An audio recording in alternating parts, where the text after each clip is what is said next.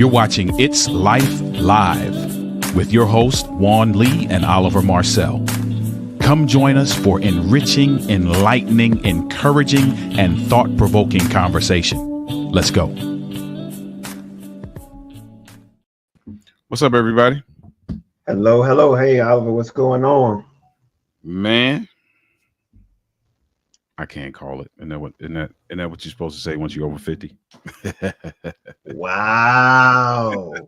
Well, what I'm supposed to say? What I'm supposed to say when you get over 60 next year for Hey, me? Gee, well, Christmas.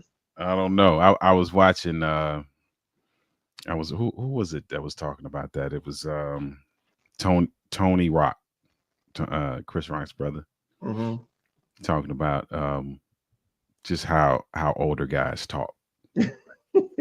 And that older guys are so just all even keel, and that's one of the phrases he used. Like, I can't call. I can relate. You know, I can relate. It's hey, you get to this side of the mountain, boy, and you got to realize that you got to make it easy. You got to take it easy. Listen, you know what I'm saying. You got to really look at the things that are important, that are really important as it relates to navigating life, right? Not just the stuff that we prop up and spend a lot of our energy chasing, only to recognize that maybe that's not the most important thing. Hey, sooner than later is better than never. I like that. Yeah. I like that. Sooner than later is better than never. Yeah. So if you haven't never, if you ain't figured it out yet, and you're sort of the kind of figuring it out today, better than ever. Yeah. Listen, as long as you are alive, you have an opportunity to make an adjustment. Hey man, and that's that's it. That's life. That's what this is all about. So before we get rolling on this entire conversation, we would like to first and foremost, well, hello, Renee. That is great to see you, Renee. Shout out to Renee. Look, then it's been a while to seeing you, so it's good to hear and see you in the space. Hey, I hope this doesn't deter you from being here. But our guest is not going to be with us tonight, but that doesn't mean that we don't have a lot to say that we can help and share with things that can help people navigate life more successfully in life. So that's the front end of it. But before we go even any further, let's just tell about who Clear Journey is and what its life is all about. Its life is presented and sponsored by Clear Journey, which is a nonprofit that supports individuals that are looking to answer questions to life's challenges. We provide resources and education so that you can navigate and reach your full potential. It all started with a book that I wrote called Love Made Simple, a guide to inner peace, contentment, and success. And that's the foundation, a love mindset that allows us to have the right attitude so that we can engage all of the various areas of life with the right attitude so that we can navigate it most successfully.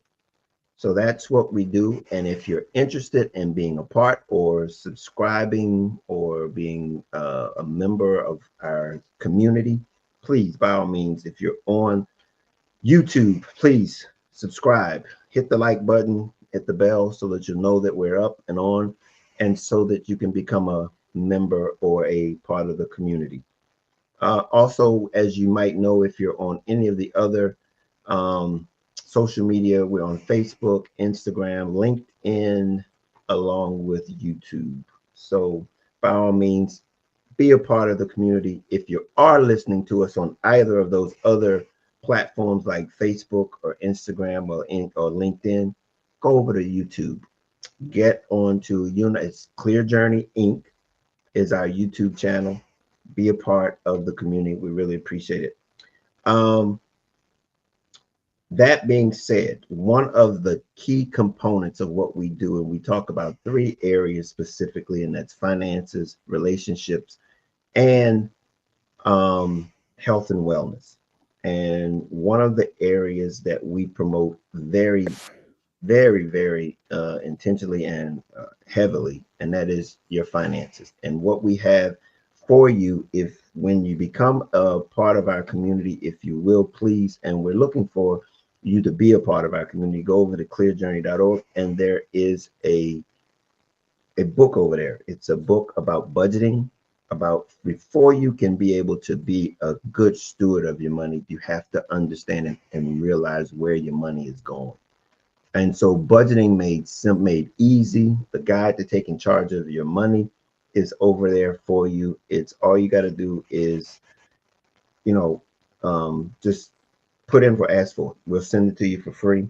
Um, in addition to that, if you would like, we would really appreciate any type of support that you might want to help us with in donation.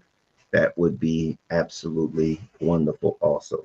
So that is who we are while we're here, and we're here every Wednesday night so that we can help anyone and everybody maybe navigate this thing called life just a little bit easier and to reach your full potential. Yeah. Tonight, because we don't have a guest, Oliver and I are going to chop it up as it relates to relationships because that's Oliver's forte.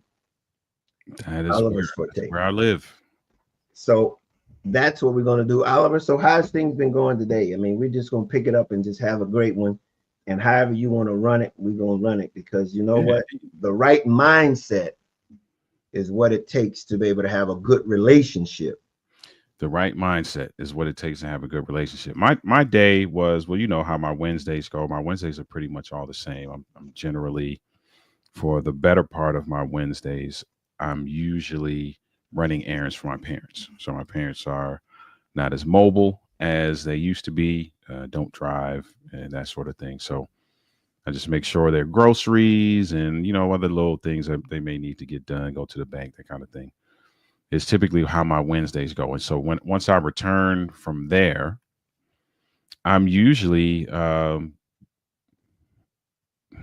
most times getting prepared for a relationship show that we do on YouTube, my wife and I, on Thursdays. So I'm usually kind of getting prepared for that and that kind of thing. But yeah, that's kind of how my Wednesday went, man. It was raining. It's, you know, we're here in Maryland.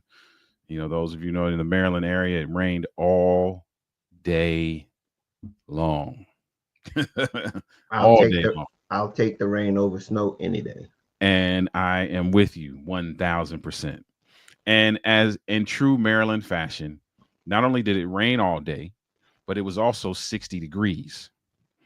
And in true Maryland fashion, it's going to be 30 tomorrow. So there you have it. Well, and the thing about it is, in that case, you go like, okay, as long as ain't no precipitation, I'll take that Listen, 30. I'll take it because because I don't know if you were paying attention to what was happening up north last week, but it was Yeah, I did. bananas Yeah, I in got the it. north, up north and Midwest. Woo, I got it. crazy. Shout out to Alicia in the comments. Good evening to you as well, Alicia. Yes, Is in yes. the comments. Thank We you for we being we don't have our guest tonight, Alicia. So it's me and Oliver and you. right. That's what's up. And we're talk. So we're gonna use this time to talk about relationships. Listen, I'm gonna do something. Um, I did this on my wife and I on our relationship show last week. I'm going to share something because when you think about what Clear Journey stands for and the mindset that you talk about quite often, a significant component of that mindset is your willingness to and ability to serve those around you, whether that's humanity and as a whole, whether that's segments of the population, or if we peel all the layers back and that's just your family members. Um, there is, you have to have a heart to serve. If you want any relationship that you are in to, if you want to navigate that relationship with some level of success, you have to position yourself to start thinking about service, right? So with that in mind, I'm going to share something. um my wife, she doesn't really get on me, but she's kind of gotten used to me now, uh sometimes oversharing. So there's times that I will share things that really you should actually be paying me for. Tonight is going to be one of those. I'm not going to go into a lot of detail, but there's an exercise that we take our one-on-one clients through. So typically our one-on-one clients are with us for a series of sessions so that we can really kind of dig into some things. And typically, um, halfway or a little over the halfway point, we start digging into this. And it is understanding, identifying, and understanding how to meet each other's needs. Mm, okay. Yeah. Um, and look, that's probably a little bit of a part of understanding one's love language. That is part of it. That's a part of Hmm. it. Hmm. Now, and I would say, I'm glad you brought that up, because for individuals who, because we take our clients, let me just disclaimer, we take our clients through this in a very, very in-depth way. Now, the an easy entry point to this is identifying the love language. That's an easy entry point, because once you identify that, now it's about understanding how to speak it. And I tell this story all the time as it relates to love languages. When I worked in the corporate space, I worked for a corporation, and on the campus of this corporation was 5 buildings. Is it five? One, two, three, four, five buildings. There's 6 buildings in total, but 5 that were in this cluster.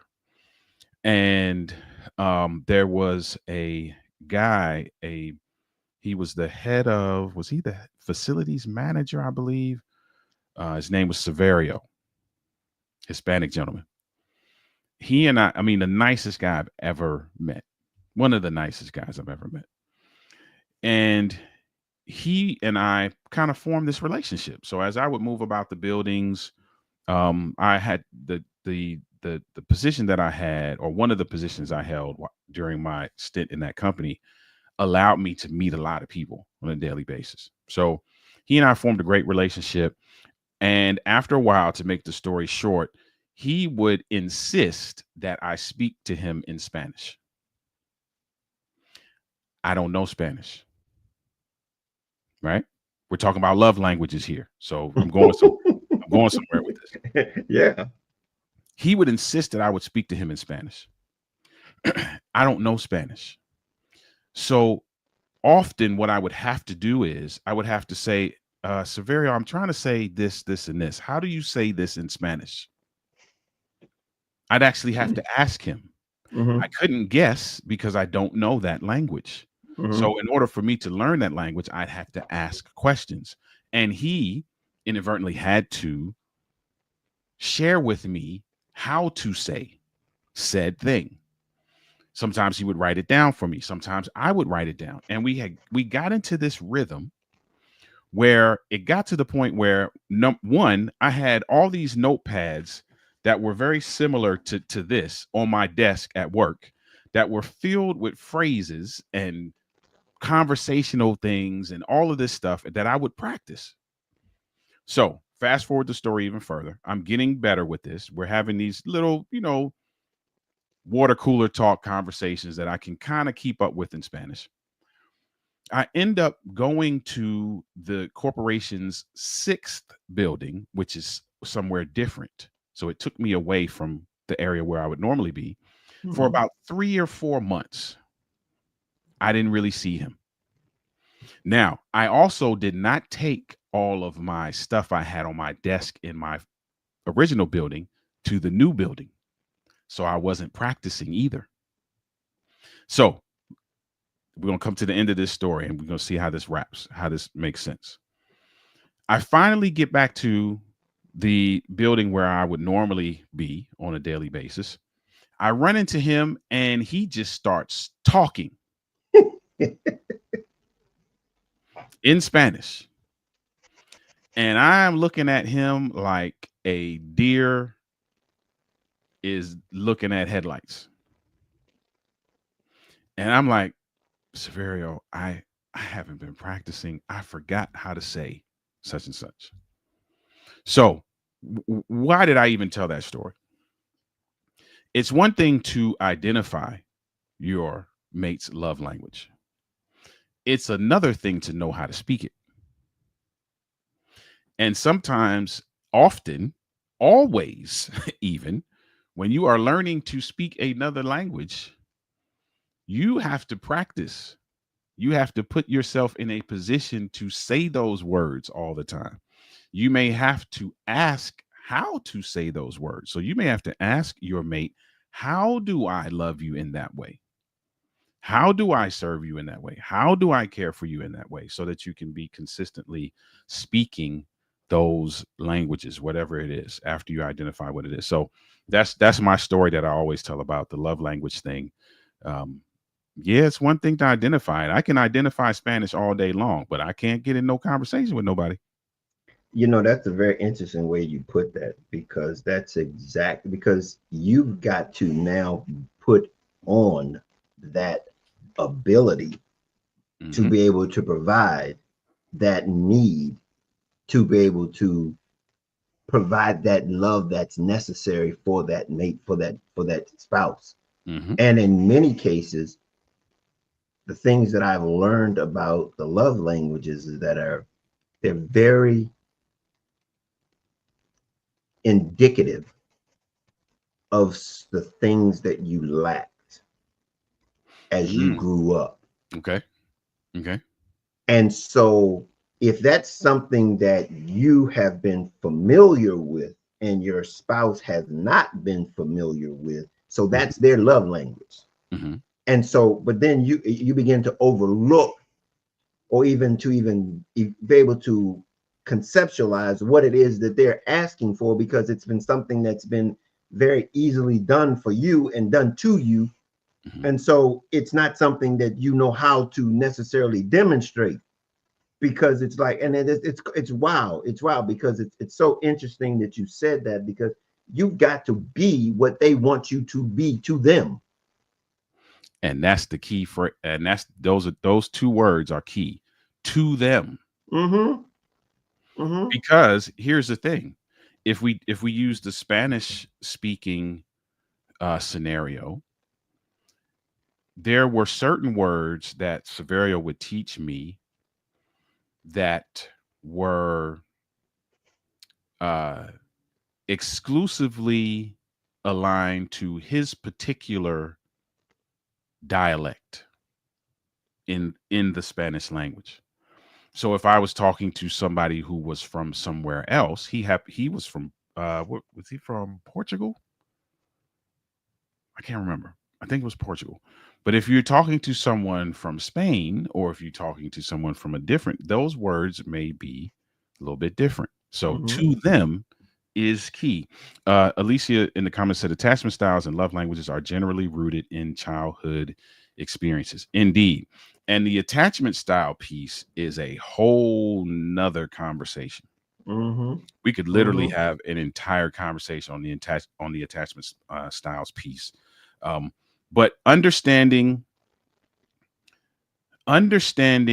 what it is your mate needs and facilitating meeting that need, I dare say, is crucial to the success of a relationship. So here's what I'm going to share. This is an exercise that we take all of our clients through. I'm literally going to give you the very high level surface of this. We're not going to dig deep, but just so that you understand what it is. There's an exercise my wife and I did years ago that was a game changer for our marriage. So to give some context, we've been married for over 24 years, 25 coming up next year. I've known her for 30, roughly. And I I got married a very selfish individual. I got married for very selfish reasons, many of them the wrong reasons. Uh, Very much what am I going to get out of this as opposed to what am I going to contribute. So you can only imagine that the first couple years of our marriage were not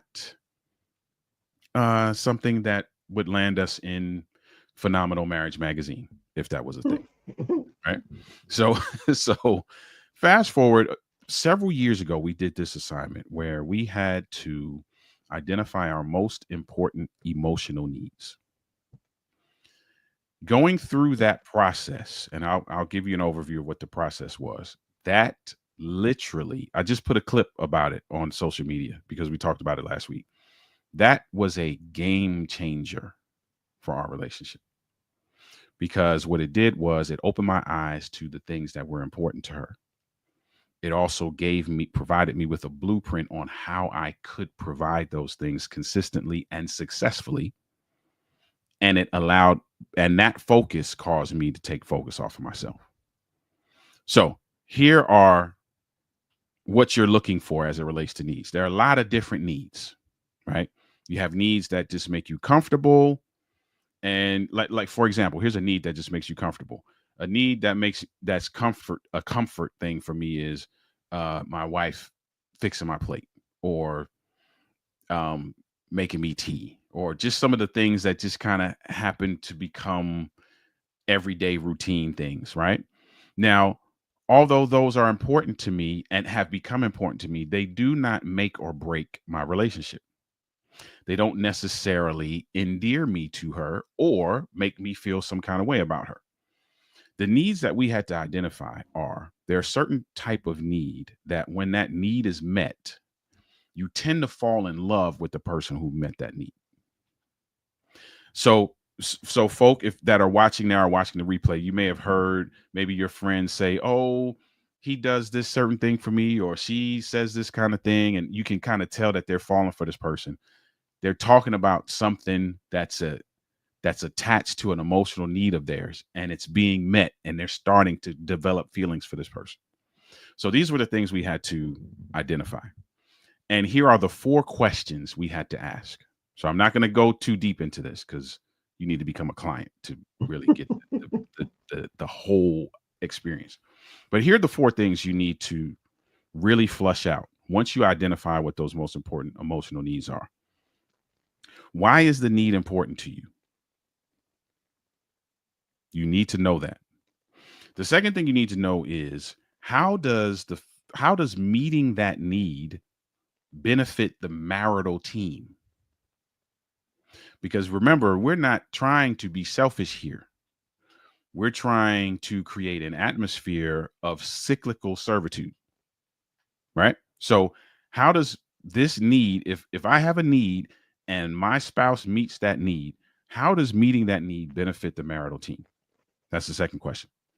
Third question is, what can my mate do to facilitate meeting that need? This is where some really specific things come into play because often in relationships we have expectations, but those expectations have never been articulated. And because those expectations have never been articulated, we set ourselves up for a breeding ground of resentment. So in that question, what can my spouse do to facilitate meeting that need? This is where we get really specific. The next question is, how can I create an atmosphere for my spouse that is conducive to and is ripe for her to consistently meet that need? Now, this was a pretty long drawn out process that my wife and I went through, and it's a long drawn out process that we take our clients through. But on the end of that, once you have flushed everything out and you've answered all the questions and you've done all of the explanation, clarification, and negotiation that's necessary to really get an understanding, on the back end of that, you make a commitment to now consistently meet what you have identified. When I say that changed the game for our relationship, I mean like night and day. Let me ask you a question. What was it that made those questions more relevant to your relationship Mhm. than prior? Because, you know, you said it before. You said, you know, I was in it for what I could get. Mhm. What was it about those questions? What was it about? Because those questions didn't come out of nowhere. Right. You know, how did because there's that switch that came to the point where it's like, was there I'm sick and tired of being sick and tired? Well, for us, it wasn't. It might have been a little bit of that, but for us, it wasn't so much that we were sick and tired as much as we didn't know what we didn't know, and we just happened to be exposed to that exercise. And the thing that made it different for us is that we were unable to, and we don't allow our clients to do this either. We were unable to go through those questions in a superficial manner. Explain. So let me give you an example. So for Mm-hmm. example, let's take the question, what can my spouse do to meet the need that I identified? Superficially, you could just be like, well, just show up consistently. We have these phrases that we say all the time that we don't know what they mean. Mm-hmm. If we were asked to break them down, Mm-hmm. we were not allowed to skate through this. There were times where and explanation, clarification, negotiation are three components of effective conversation that we take couples through as well. There were times where we were literally going through that process of explanation, clarification, and negotiation time and time and time and time again on one issue before we could flush this whole thing out. And that was something we had never done before.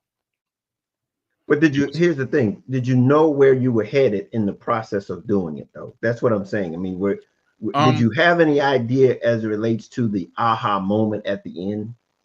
in the beginning, no. Mm. It wasn't until we were really challenged to really be specific that we started realizing, okay, there's some things that have been deep down in us that we've actually always wanted but never said. There's some things that I never knew. I just assumed and was dead wrong. And there's things that I didn't know at all that I had, and vice versa. Things she learned about me, like the Christmas thing that we Mm-hmm. talked about last week, right? Mm-hmm. That was something that she didn't learn about me until years into this thing. And after we had learned how to have that conversation, I was able to have that conversation with her from what we learned through that experience. I'm going to ask you something that's very interesting towards that process though. Mhm. And what you're talking about is how much of what you learned through that process was about you and learning your own authenticity. A lot of it, a lot of it, because prior to doing that, we also had to take an assessment. And ironically, that is the assessment we use for all our clients as well.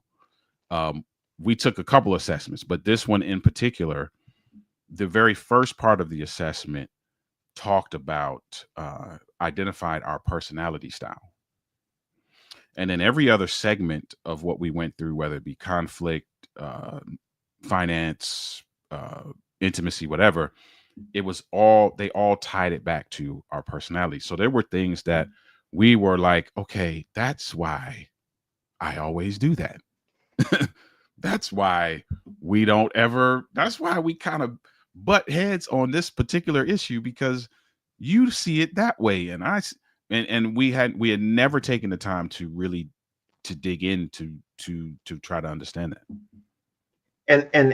Here's the thing. And in light of that, can you have even imagined where you would have been if you had never accidentally Bro, grown up and gone through that? Um, I don't want to think about it. I hope that somehow God would have led us to where we are now, but I don't know. I can't. That was such a game changer for us that I don't even know what it would be like without it. well, I mean, because that's the kind of transformation I think that you're talking about here, that we are looking to for people to have in their lives, you know, because if you don't know that you don't know, Hmm. you have nothing to push you to identify that which you don't know until you accept the fact that you don't know something, Right. that And there's something that you don't know. yeah, exactly. And there's always going to be something you don't know. Always. And And so positioning yourself to be able to learn that, number one, and number two, adapt. You talk about being able to adapt all the time. Like that is crucial to this process, because the people we are now in our 50s is not the people we were in our 30s. A lot of adaptation has had to take place over the last 25 years. Like that's, and one thing that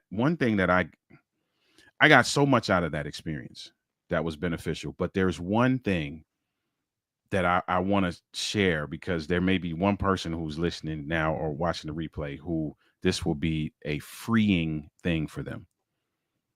One thing that was very eye opening for us is that we could negotiate. So, in this process, right, when we're flushing out why the need's important, how the need benefits the marital team, what are the specifics around how the need can be facilitated. There would be times where she would say she would, and we were writing all this, right? So we've got pages and pages of all this. So there would be times where she would write something down under the specifics around how she wanted me to meet a need. And what we were told was, okay, you don't necessarily have to accept it lock, stock, and barrel. I could look at that and say, let's say, for example, she said, okay, I need A, B, C, and D. These are the four things that I need you to do specifically to meet the need. I could look at that list and say, okay, I can definitely do A. I can definitely do B. I can definitely do C. But D, there may be some times where there will be inconsistencies because of these things. What contingencies can I put in place to ensure that when those moments happen where I can't do it, we can do something in its place? Like I was never under any impression that I could do that. Hmm. And so for me, that was big for me, because and it's interesting because we see often in our clients that our clients are so often so strong-willed as it relates to standing on their position that they don't leave room for negotiation, or don't believe that negotiation is even a thing that could take place. That's interesting.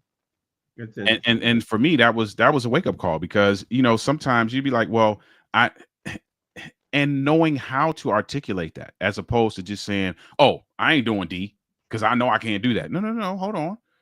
Maybe you can, but you just can't do it consistently. So what contingencies are you going to put in place? Whole different thought process That's as it relates to that. interesting. That's interesting that the word that you all use is negotiation. Hmm. Um, Even negotiation has to have an end result, and it has an outcome. Yep. Has to have an outcome, and it's something that I like to use when I talk about relationships and problem solving. And Hmm. it's not it's almost the same thing as you talking about negotiation, but I try to put the end result in front of the negotiation. Okay. So it's like basically it's not who's right, it's what's right. Exactly. Okay. Exactly. And if the team is bigger than any individual, it's greater than any individual, any situation. So as it relates to whatever the circumstances are, the reason why I can't meet that point or that number, okay, how can we do this so that the team wins? Because that maybe not be as important as you might have meant it to be, because um, the team is what's important. Right. And it's understanding that, because see, sometimes we have some things that we look for and desire that are not conducive to the relationship. Hmm. They're not conducive, and I'm sitting up here trying to meet something that really Right. it ain't where is it going to lead to? It, that, Where's the outcome of me doing this or you doing that? Where are we going here? it doesn't help the team, and that's why the second question in that series is, how does this benefit the marital team? Mm-hmm. Because that right there is where you're able to identify, yea, expose those things that are actually still selfish, Mm-hmm. that you think are emotional needs, but you really just trying to get over, because Yeah. they don't benefit the marital team, they benefit you. Yeah. I mean, So, and to sit there and to negotiate that. mhm. And You that's why we don't even get to the negotiation piece until we can flush that out. How does yeah. this benefit the marital team? If we can't come up with a way that this benefits the marital team, we got to go back to the drawing board. Yeah. And so that automatically changes what I call the mindset. Hmm. It's when your mindset is not selfish anymore and it's selfless, it changes the perspective Yeah. on all the circumstances, every situation that you're in. Now it's like, how can I serve you? And that's how you started this thing. Hmm. If we're into service, because that's what relationships are, it's what can I bring to the table, Hmm. not as much as what I can get from the other. Right. It's what do I have to offer? Yeah. And then what this illumination in many cases do is it shows your ineptness or what you fail to be able to bring to the table. Hmm. And Yep. then you got to do a self inspection. Am I look, am I ready for this? Hmm. Am I pulling the see, when it becomes me and me, it's about, am I meeting the needs of the other one? Yeah. Can I do what they saying? And if you can't do it, see, maybe you need to step back and say, okay, I ain't ready for this yet. And here's the next thing, right? Even if you can't do it, right? The thing that we aren't often taught in relationships, you talked about the team, right? We understand the team concept when it comes to sports. We understand the team concept when it comes to other areas of our lives, but we don't apply those same concepts to our relationship. When you can't pull your weight, so to speak, now that's an opportunity actually to craft a play. If we're talking about team, that's an opportunity to craft a play that allows the strength of your teammate to fill in the gaps. Yeah. Because what we're not often taught is that fair is not synonymous with even. Those are not the same. Our goal is not to be even, because if our goal is to be even, we're going to always fall short. Mm-mm. The goal is to be fair, which means there may be some scenarios where if 100% is covering everything. There may be some scenarios where my fair and true and most gallant effort is 25%. And her fair and true and most gallant effort is 75. It's interesting you use the And we word. won. Yeah, the interested your words. You said fair, and what came to mind was share. Okay, my share in this situation is 25, and her share is 75. So I'm not. It's not equal. It's just it just adds up to what we need. Right. And so when I say, look, this is all I got. This is my share. And what you say when you say that, though, when you talk about team, man, people don't understand the value of going and participating in athletics with being a part of a team. Yeah. Because in many cases, and I'm not saying this that women aren't capable, but men, I think, understand the value of the weakest link. We understand that we're only as good as the weakest link. Now, here's my point. As the team, we need to know where everybody is and what their part is. So if that part falls short or falls down, somebody got to fill the gap. Right. Somebody got to fill the gap. And when I say the weakest link, I'm saying it in the sense that everybody got to be in it to win it with the same outcome. So that we're putting, because see, here's the point. If you're capable of 50% and you ain't giving but 25. Now we have a problem. See, now we got a problem. Because now we're going in the locker room and we got to discuss it. See, but in relationship, we've got to understand that it's only 100%. It's only, we can only do this thing if we both giving it at all. And here's a key to that, right? Here's a key to that. This is something else we don't often see taught in relationships. If we're using the sports analogy in context, right? You know, once you step on the field or on the court, you know what your contribution is. And the reason why you know what your contribution is because there was a playbook that was drafted previously prior to you coming out on that field and on that court that shows you where you're supposed to be and shows you what your position is. And you've already practiced it and talked through it and have done it. So at no point are you going out and you're supposed to be a quarterback and you wide receiver. And the problem in relationships is that we don't take the time, nor do we want to take the time to craft that playbook prior. We're winging it. And because we're winging it, one day I go out and try to be the quarterback and I fail. The next day I try to be on defense, I fail. The next, well, hold on.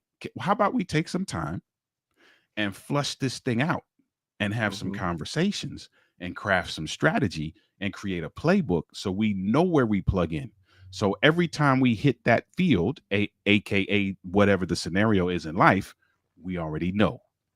And because we already know, we're more set up to win. And this is what we talk about, preparation. Yeah. I mean, that's when you know what there are points in our lives that are critical. And I think we've had this conversation before, because as relates to relationships, it's like, how do we show up? How do we, we find ourselves in situations and circumstances and we're not winning.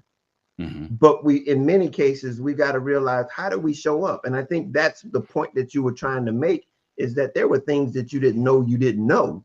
Right. It didn't mean that they weren't required.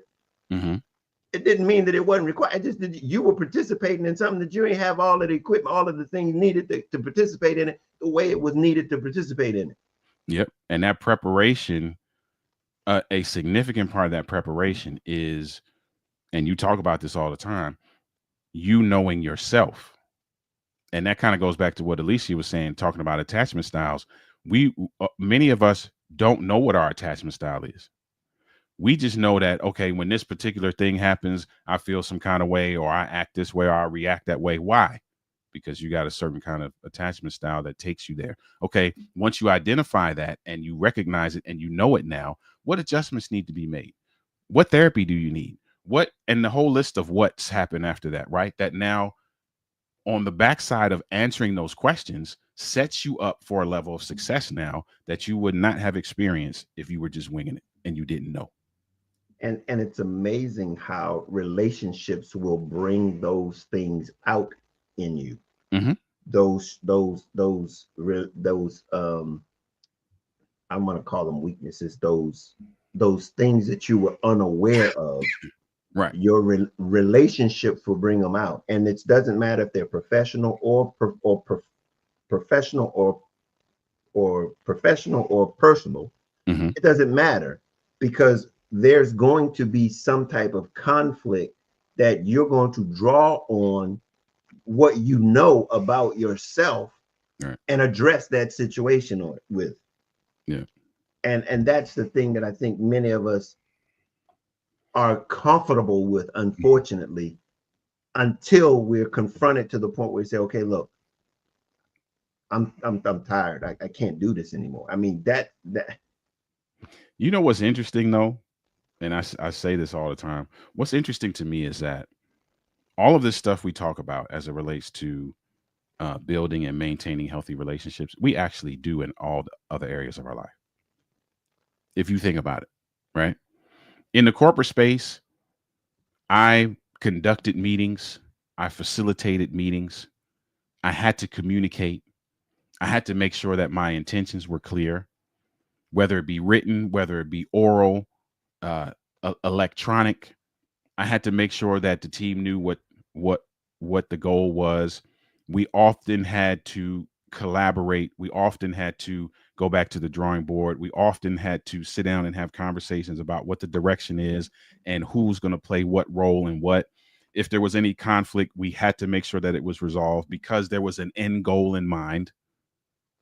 I did it every day, but could not come home and do it. And it we see it all the time.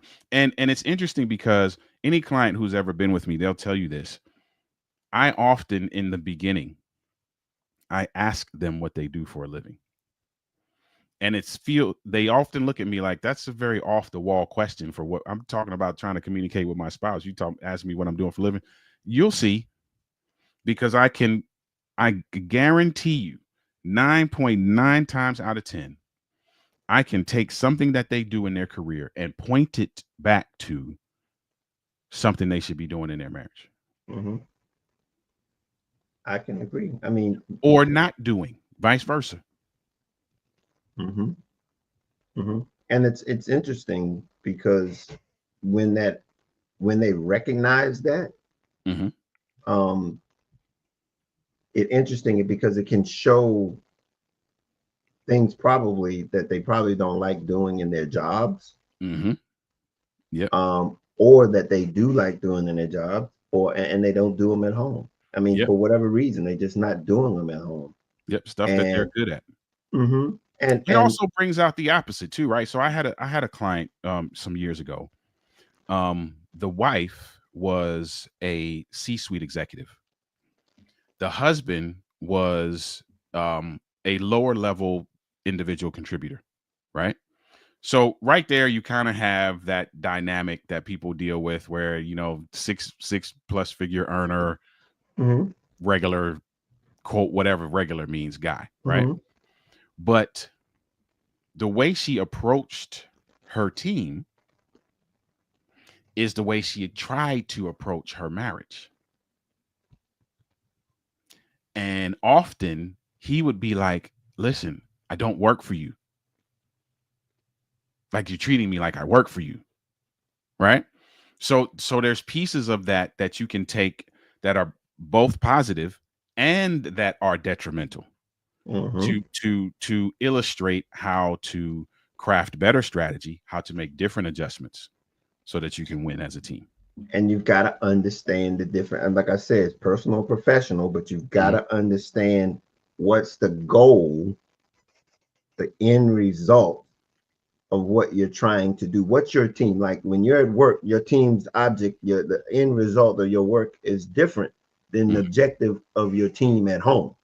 Mhm. Okay, and if you don't recognize that, even though there are things that are similar that you could do, sometimes they won't behoove you to to do Right. them at home, even if that is something that you are doing successfully at work. Mhm. You And I know, could flip this. I could flip. I was able to kind of flip it on them the same way, right? Because there would be times where they were not communicating at all, right? And there would be things that she would just assume that he should already know that for whatever her reasoning is for assuming that. And then when things don't happen the way that she assumed they would, she feels some kind of way. And so I'd ask, okay, listen, if you expected your team to do ABC, would you not tell them and assume that they're going to do it? How do they know that you want them to do ABC? She was like, well, I tell them in a meeting. Oh, really? But you expect him to know without you saying anything. Make that make sense for me. well, see there, and then there's an interesting dynamic. There's an interesting dynamic there in that case, anyway, because you got this woman that is uh, uh, an executive, and then she comes home and she's expected to be a helpmeet. Hmm. Okay, that has to translate into not only how what she says, but how she says it. Oh yeah, without a doubt, without a doubt. And see, and there and again becomes another dynamic that is all in play there also, Hmm. that you've got to navigate also. So there's plenty of work to be done Yeah. in the space of relating to one another. But I think, as we have already stated, that the end goal has to be clear to both sides. Yeah. So this negotiation that you're talking about, if that's something that's able, if that's something that you can do, that's something that you can facilitate, Hmm. be clear on what the objective is, what the outcome of that is, and it has to be to benefit the team. Yeah. I would challenge anybody who's listening now or watching the replay. I would challenge you, if you have never, if you have not done this, to go through an exercise where you are identifying your most important emotional needs and you are answering these questions. Why is the need important? How does the need benefit the marital team? How can your spouse facilitate meeting that need? And what atmosphere, how can you create the atmosphere? Because it's a team effort. It's not just how can they meet the need. How can you create an atmosphere that's conducive to that need being met consistently? Mm-hmm. Mm-hmm. I promise you. And if you need to flush this out, this is not a shameless plug. This is a real plug. No, it is a shameless plug. Shameless means without shame. This is Yeah. a shameless plug. Yeah. If you need help flushing that out, because we take our clients through a very extensive process to do this. You need to have a conversation with me, because I promise you, they say coaches are not supposed to make guarantees. So I'm not going to use the word guarantee, but I promise you, if you go through that exercise with some intention, your relationship will change on the back end of that. I mean, here's the thing: an aha moment in and of itself is self-awareness Yeah. that has created success in this process, because it will show value Hmm. in every area of your life. Yeah. So I say that to say, because when you say that there's no absolute, no guarantees, I think there is some degree of There is. understanding that there is awareness. Hmm. Self-awareness is an accomplishment in and of itself. Yeah. In and of itself. It is. And there's you're going to get to an expected end when you're intentional about something. they just tell you, you know, like when I was doing some of the certifications that I did, they would say, don't make any guarantees to your clients. And in my mind, I'm like, listen, as it relates to relationships, there are some cause and effect things that if you do this, you're going to get that. And if you choose not to do this, you're going to get something different. Yep. And you Yep. got to choose what you want. Let me ask a You know what I mean? question. Do you do individual coaching? Yeah, so we do one-on-one coaching. I do we work with couples and I work with men. So I have a couple clients that are just men, single men and married men. Mm-hmm. We also do group coaching. Mm-hmm. Um, I love both of them. I love the group coaching space because the group coaching space allows couples to see that they're not in this by themselves. And often in the group coaching space, the couples actually start coaching each other, and we just kind of sit back and like, yeah, I like it. Mm-hmm. The one-on-one space is really for individuals who really know that they need to kind of dig in a little deeper. Um, they need to, the group coaching space is gonna be surface level and maybe one or two layers underneath. Mm-hmm. But if you really got to dig and you really got to go through some honesty and some forgiveness and some reconciliation and some restoration, y- you got to do the one-on-one space Right. so we can Got you. really do some digging. Got you.